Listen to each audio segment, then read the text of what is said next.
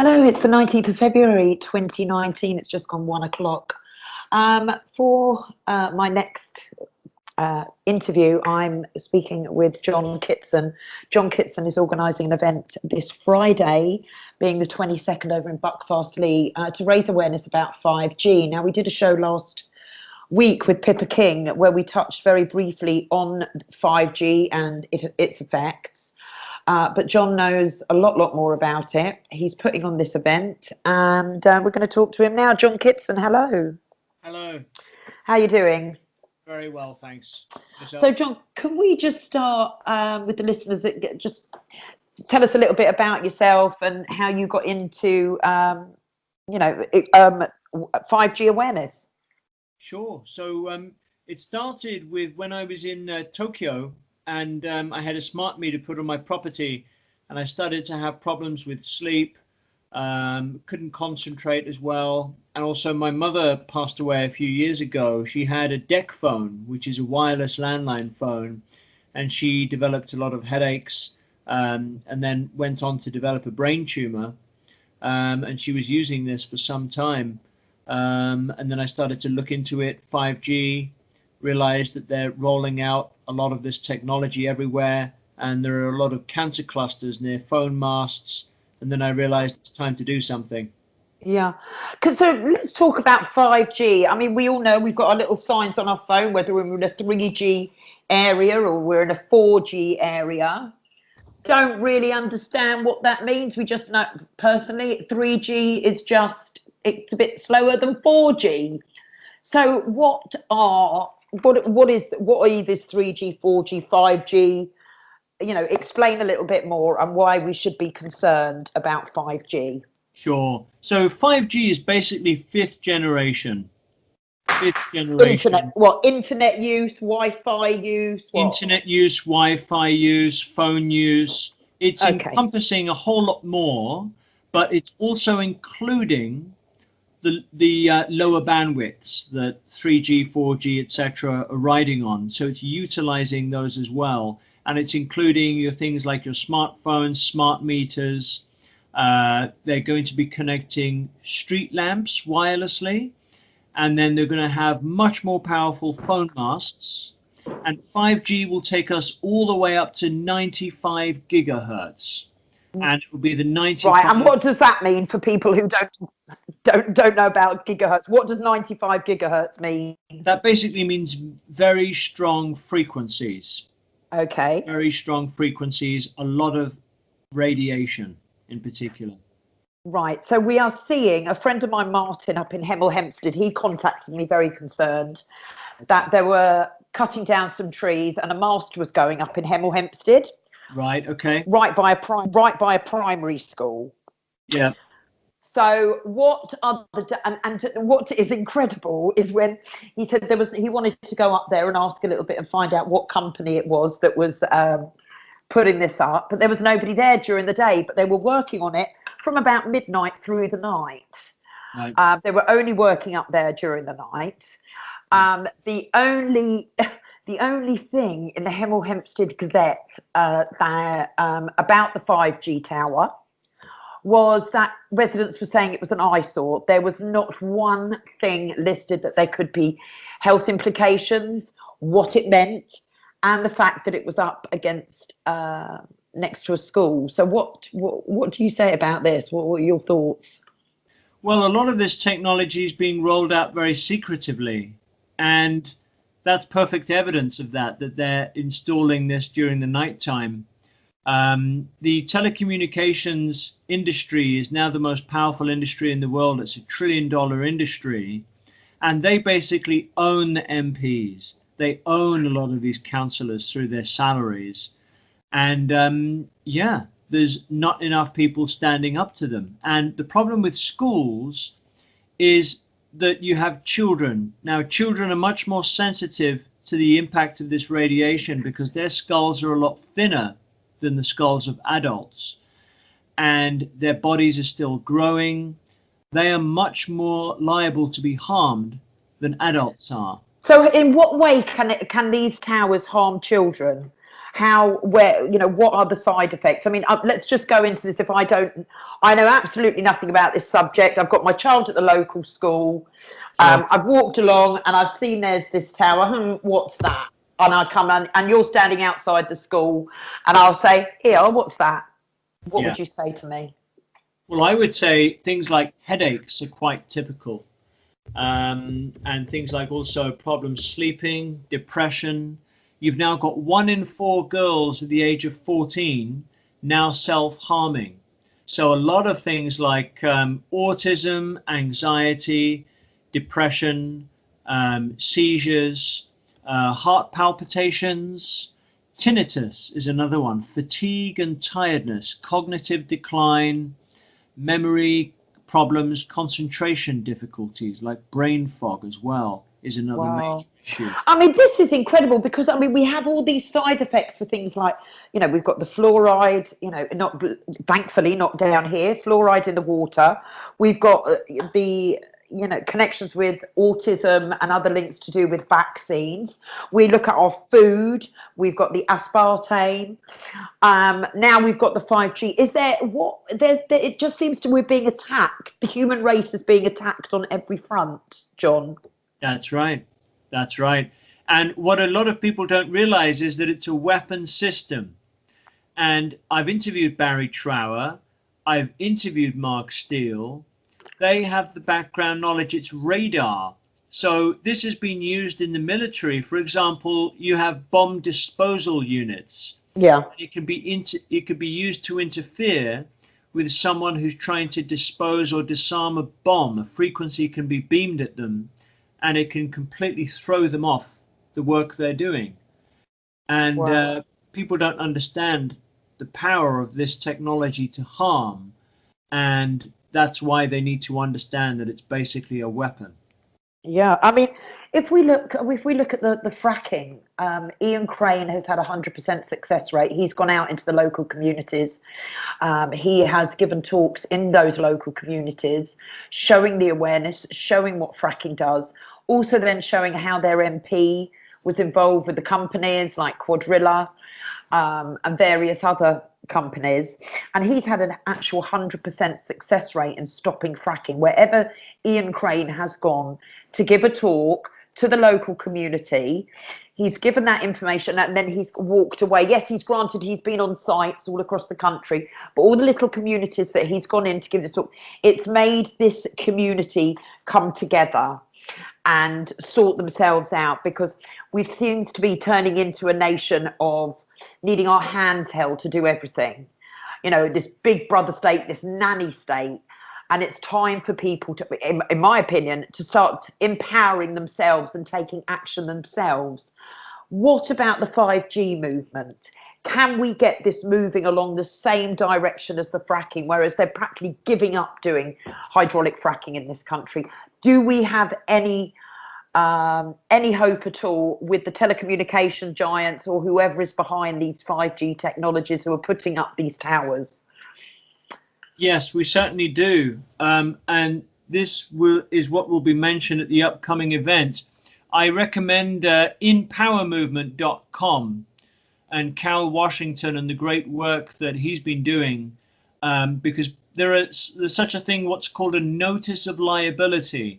Okay. Now, what you do is you fill that out and then you send it off to your MP, your councillor, to the CEO of the telecommunications company, all of these different figures, and if possible in groups as a mass notice of liability action. You send out a whole bunch of them and you're holding these people liable for harm. And they've had success with this abroad, but in the UK, we haven't been trying this yet. So this is something that's new and something that will work. Right. Well, let's hope it does. I mean, maybe somebody could, there might be I can get an interview with somebody about this, because Pippa King's just done about a freedom of information requests. She's making a video about how people to take back their power, to get answers, to do freedom information requests. So this could very well, I mean, this sounds like a very great idea, John. Yeah. Talk about Friday. What are people to expect? So it's Friday night. From what time? So doors open at 7:10 p.m. and we recommend everybody to come in then, because it will fill up very, very quickly. It actually starts at 7:30 p.m. Okay. and it will actually go on until 10 p.m. Righty-ho. And we will include at least 40 minutes for questions and answers at the end. Fantastic. And who's speaking? So I'll be speaking about 5G and the health impact. Yep. And then we'll have Ian Crane, who will be speaking about the activism he's been doing with the 5G.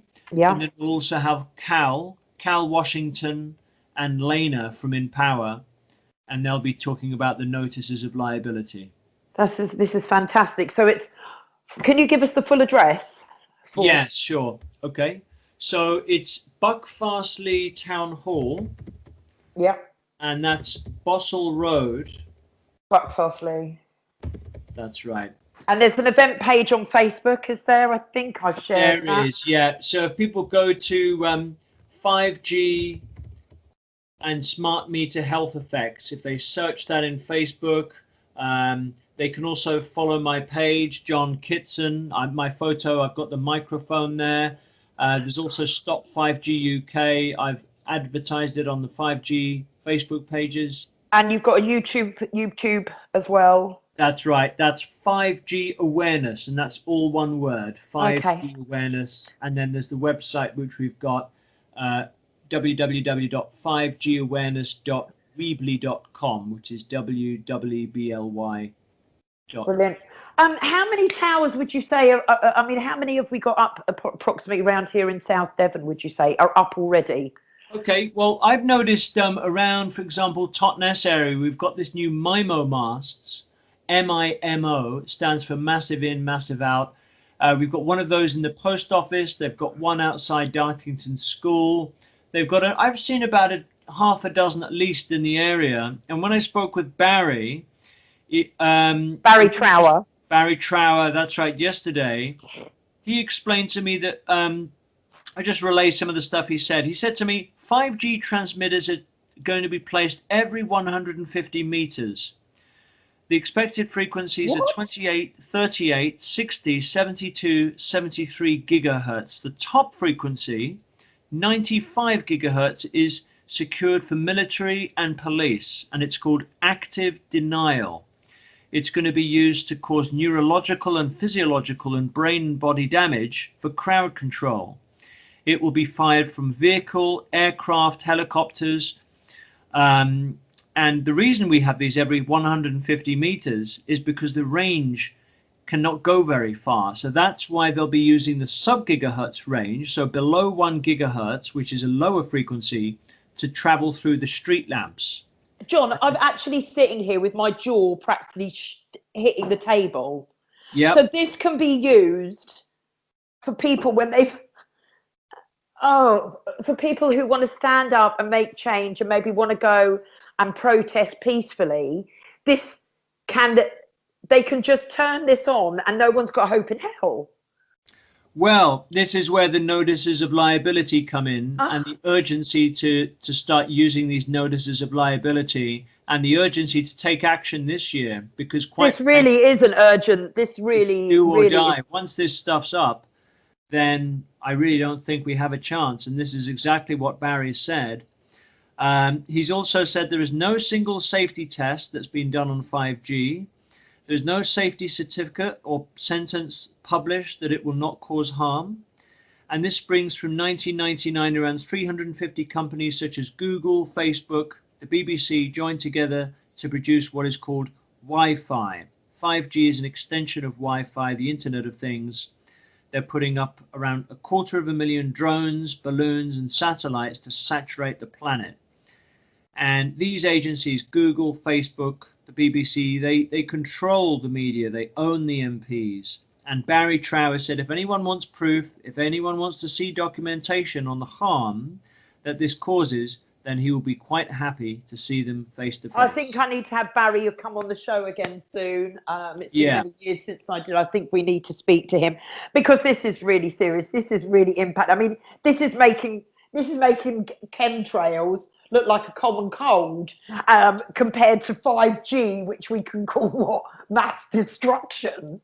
Yeah, it is. And another important thing that he mentioned is that a lot of these officials like MPs, councillors, school governors, they're hiding behind their title because they're able to use their title. If they say, I, for example, Sarah Wollaston as MP, I say that this is not dangerous, but they're not allowed to use their Christian name, their actual full name, and just say it as a person, as a living, living entity. Yeah. So this is where the notices of liability come in, holding them liable. So do they have to have planning permission, and do they have to go through the council?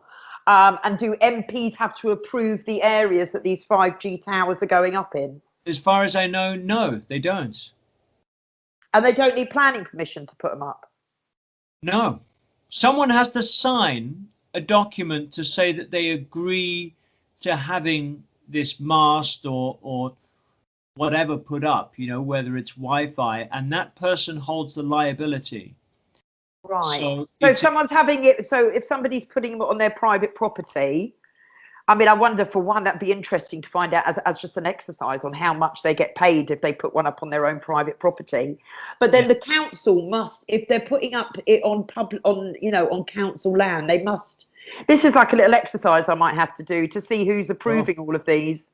Yeah, I think it's very important. And what are the big companies behind it all, John? What are the big companies that are erecting these towers? Like we've got Quadrilla for the fracking, etc. Yeah. Who is it behind all these towers? Sure. So you've got all the mobile phone companies, obviously, like Vodafone, and then 3, O2. Yeah. And then you've also got the companies like Qualcomm as well. Who are they? I've never heard of them.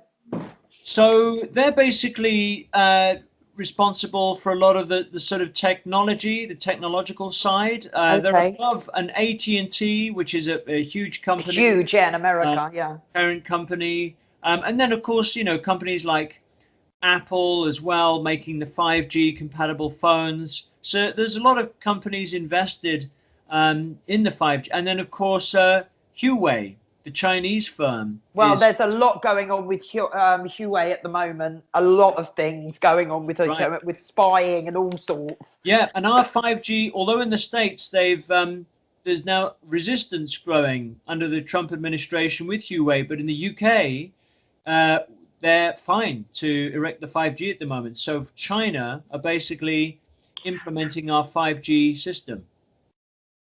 Well, the other crazy thing is China's got shares in our nuclear plants, which is really worrying as well. But I mean, these and other shows completely. So if I was to say to my friend about 5G, I won't keep going on about this, John, but I've got friends which I need friends outside of what I do, just to have that bit of release.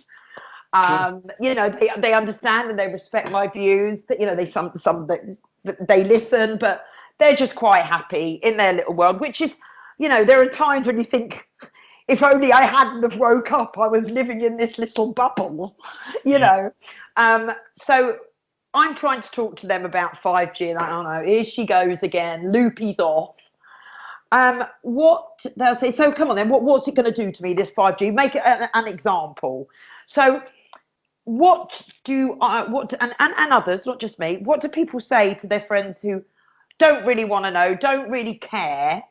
What are the effects? Is it like having us sitting in a microwave for a few minutes? Are we getting microwave from the inside out with these gigahertz and these waves that they're letting out? How would I explain this to somebody who hasn't got a clue where I'm coming from? Okay. So you would explain to them that the microwave radiation from this technology, from the 5G, would massively increase cancers, cellular stress, harmful free radicals, genetic damage, structural and functional changes of the reproductive system, leaving people infertile, learning, memory problems, neurological disorders, and then not just the human race, but very severe effects on plants and animals. So it's an attack on all life.